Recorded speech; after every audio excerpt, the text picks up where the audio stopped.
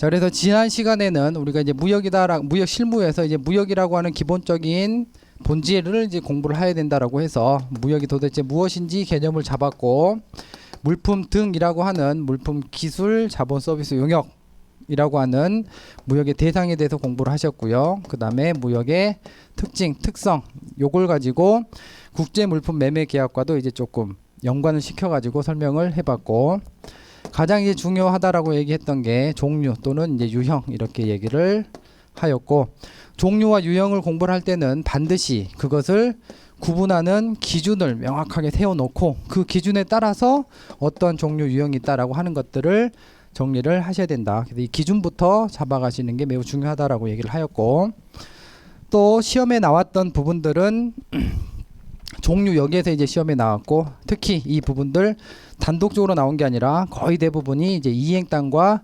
연결시켰다. 그래서 그 이행단이라고 하는 거는 뭐 구체적으로 얘기를 하면 어떤 그 결제 부분, 뭐 신용장에 관련된 부분이라든지 보험과 관련된 부분 또는 선화증권 등과 같은 운송과 관련된 부분들을 결합시키는 그런 형태의 문제가 이제 출제가 되었다.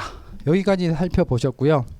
이런 무역 중에 특히 우리는 국제무역에서는 이른바 협의의 무역을 주된 이제 연구 대상으로 하는 겁니다. 그래서 협의의 무역이다라고 하는 거는 그 대상이 물품으로 이제 국한을 시키는 거죠. 물품으로. 그렇죠? 그래서 우리가 이제 지금 공부를 해야 될 게 국제 물품 매매 계약에 대해서 이제 공부를 하게 되는 거죠. 그래서 첫 번째 시간으로 이제 이 계약의 성립, 그러니까 계약이 어떻게 성립을 하고 계약의 본질이 무엇이고 계약을 성립시킬 때 어떤 내용들을 주로 약정을 해야 되는 것이며, 이러한 성립과 관련된 부분들을 해석 또는 이해 또는 법적 공백을 해결하기 위해서 뭐 인컷덤지나 CIS 제정까지 쭉 살펴보는 겁니다.